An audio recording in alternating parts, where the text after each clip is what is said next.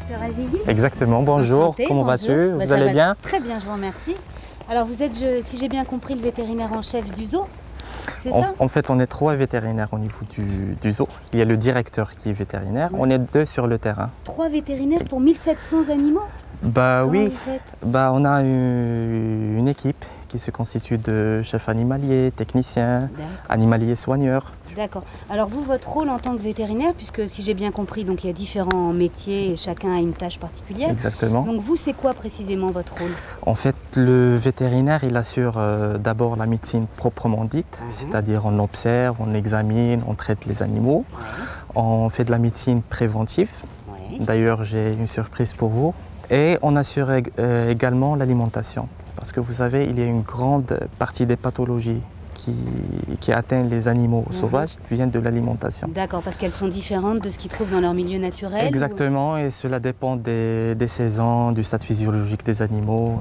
Alors là, moi, j'y tiens plus, donc on va tout de suite aller voir la surprise. D'accord, sans problème. Allons-y.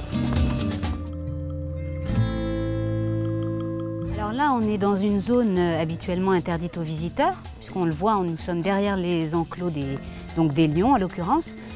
Alors c'est quoi cette surprise? Vous nous emmenez où exactement là? Aujourd'hui, on a 3 lionceaux qui viennent d'avoir 2 mois. Donc c'est leur première vaccination.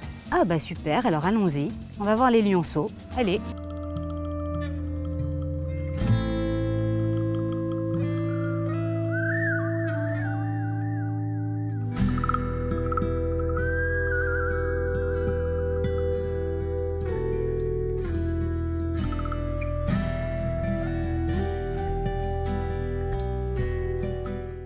C'est un vaccin pourquoi?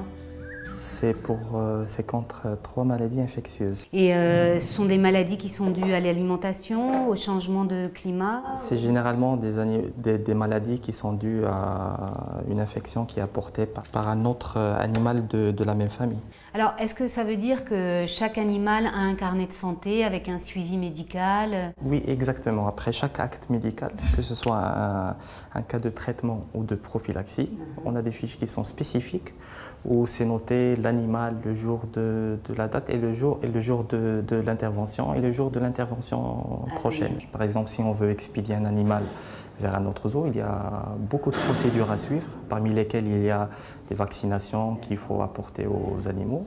Et il ne faut pas oublier que les maladies généralement qui atteignent le lion, c'est les maladies qui atteignent le chat. C'est un petit peu la même famille. Donc on craint qu'il y ait introduction de germes ou de virus par l'intermédiaire de soigneurs. On prend les précautions nécessaires, les précautions hygiéniques, etc.